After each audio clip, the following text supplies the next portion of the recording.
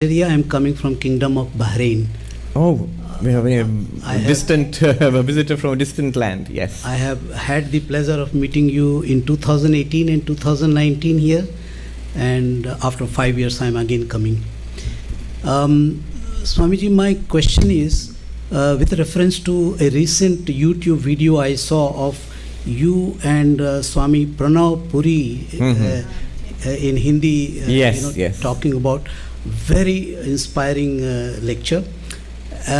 In that, Swami Pranavji explained that why, in spite of all the knowledge and analysis and understanding we have in our mind, transformation doesn't happen. And he gave the reason was our buddhi does not accept it. My question is, what should I do to make my buddhi accept it? You have got the central point of what Swami Pranav Chaitanya Puriji said, and it's an important, I would say it's a buyer beware, a caution for those who are buying into Advaita, which is what I teach primarily here. But it's a caution, and he's also a non-dualist, he's also an Advaitin. But he said, before the session we were walking in Central Park, and he told me that he has come across numerous such examples, including monks who have given up everything in the world and just dedicated themselves to the study and practice of this.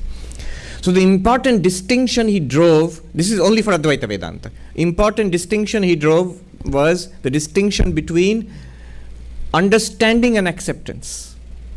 So the buddhi may understand, the intellect may understand what is being said,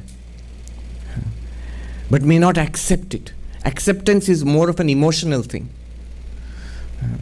So, for example, somebody might understand the texts, somebody might understand all the arguments, and even feel, I have understood, and also make the mistake, I have realized.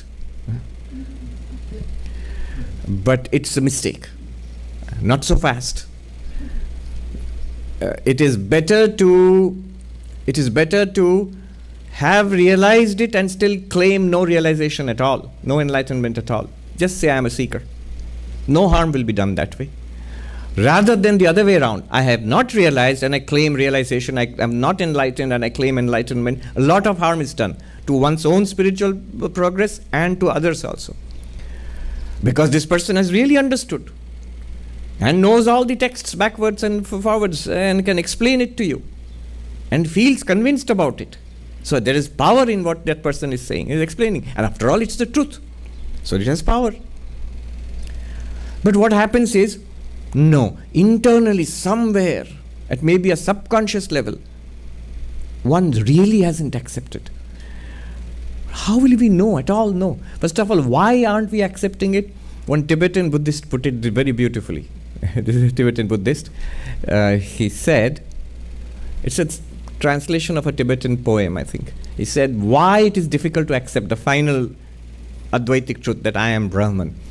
Because it's too close to realize it. It's too close to you. It is you.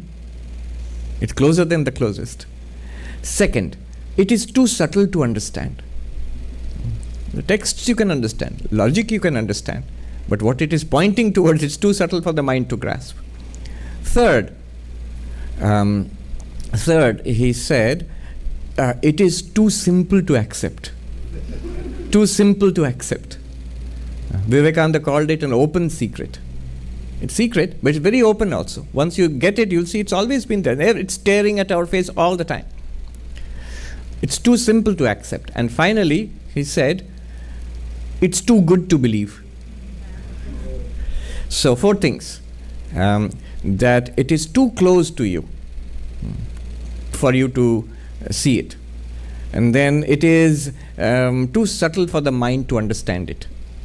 It is too simple to accept it, and it is too good to, or it is too simple to see, believe it, and it is too simple to accept it, and too good to believe. It's too good to believe. That's why it's not so easy. All right. How do I know that I have this problem? Well, first of all, one must have a clarity about Advaita Vedanta. Most don't have that also.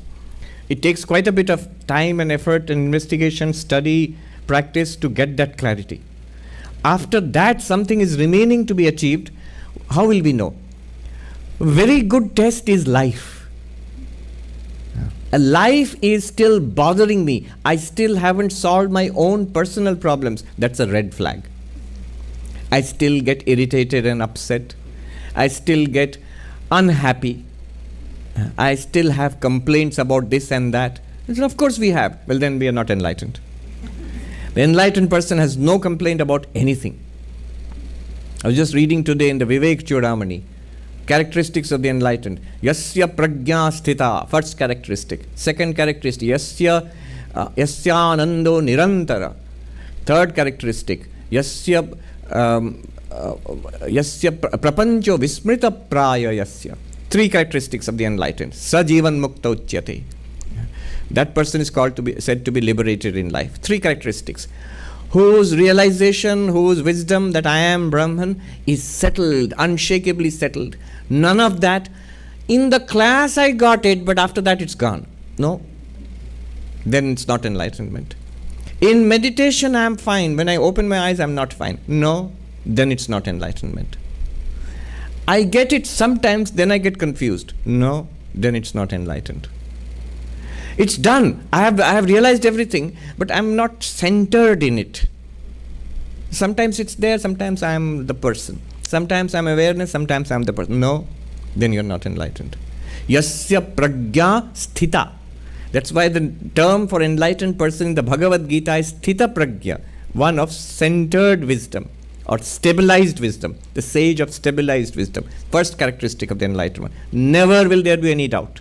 Never will there be any shaking. It is effortless, steadily available. Just as I think, I am this guy sitting here. That will be as clear as that I am Brahman. Second, your satisfaction, your bliss, your fulfillment. I won't say delight or joy, but your fulfillment, satisfaction will be unbroken. Nirantara, unbroken. It will always be there. Third, that the world will be almost forgotten. What we call the world, it still appears to you. And you see that you have a body, you see that you have a mind, you have a personality, you have a history, and there are people. All of this will be shadow-like or dream-like to you.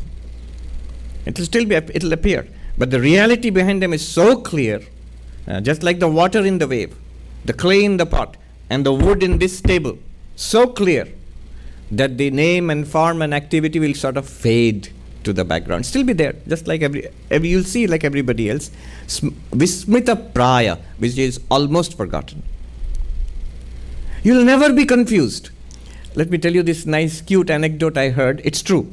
In the Himalayas, there was this very traditional non-dualistic monk.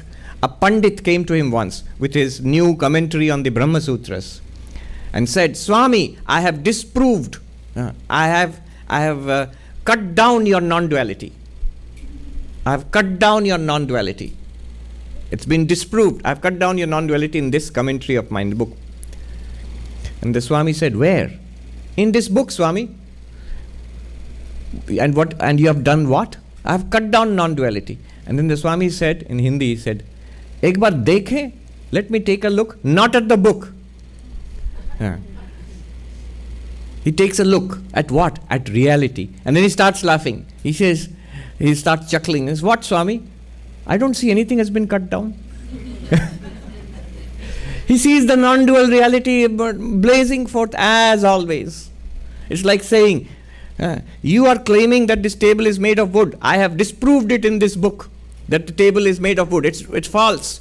But just a minute, let me see. It's not disproven. Nothing has been disproved. It's here. It's as clear as that. How do I do? So how do I know? So if I see that I have the problem, that problem is an advanced problem of an advanced level. Yeah. I'm doing all it takes, and I have got clarity. I have understood. I think I'm doing well, but still there are these red flags which come. Then the answer is the same old sadhana which we used to do, the japa of the Ishta mantra, the selfless service, devotional service of the Lord, and regular meditation, yoga meditation, morning and evening. The mind has to be purified. The heart has to be purified. That work should go on.